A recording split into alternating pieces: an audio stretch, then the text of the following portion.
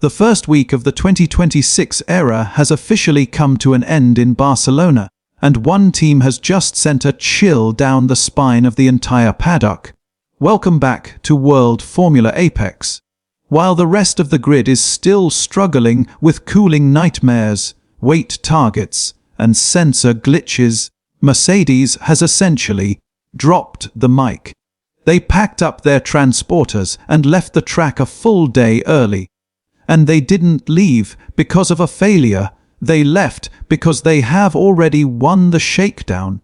The numbers coming out of the Silver Arrows garage are staggering and, frankly, terrifying for their rivals. Over their 3 allocated days, George Russell and the sensational 18th-year-old rookie Kimi Antonelli combined for a massive 502 laps. That is over 300 kilometers of data, or the equivalent of nearly 8 full Grand Prix distances.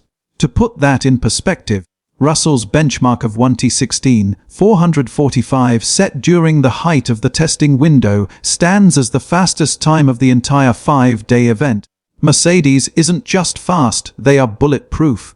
While teams like Audi and Haas struggled to even accumulate double-digit mileage on day one, Mercedes moved straight past basic reliability checks and began fine-tuning their qualifying modes and race simulations. Pundits have already crowned them the winners of the week, suggesting that the team will be heading back to Brackley with the invisible badge of "We mastered the regulations while you were still reading the manual."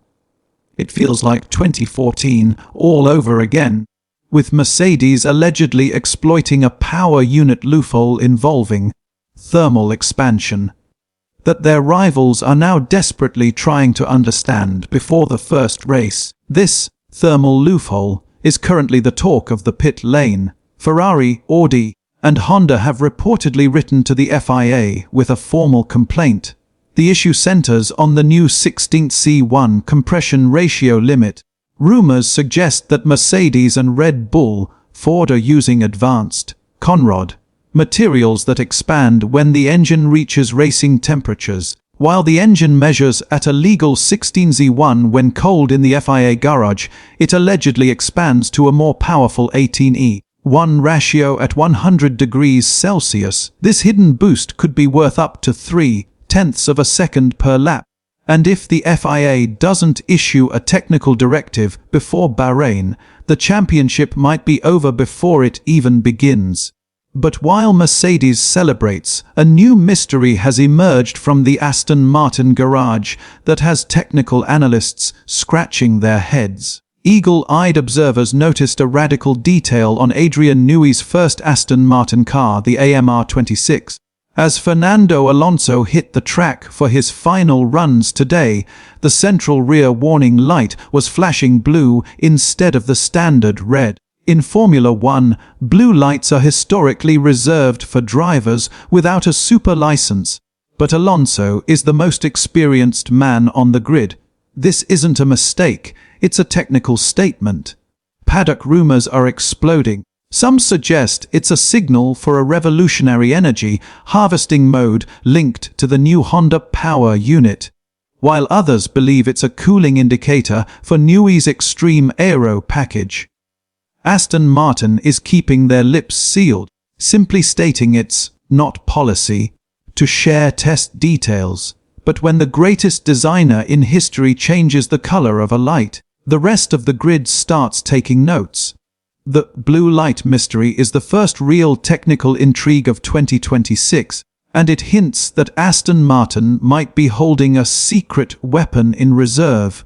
Meanwhile, we finally have a pulse from the Williams camp, though the news remains grim. After a disastrous week where they missed every single lap in Barcelona due to rumored crash test failures with the FW48, James Vowles has finally broken the silence. He admitted that the 2026 project is 3 times more complex than anything Williams has ever built, describing the process as incredibly painful.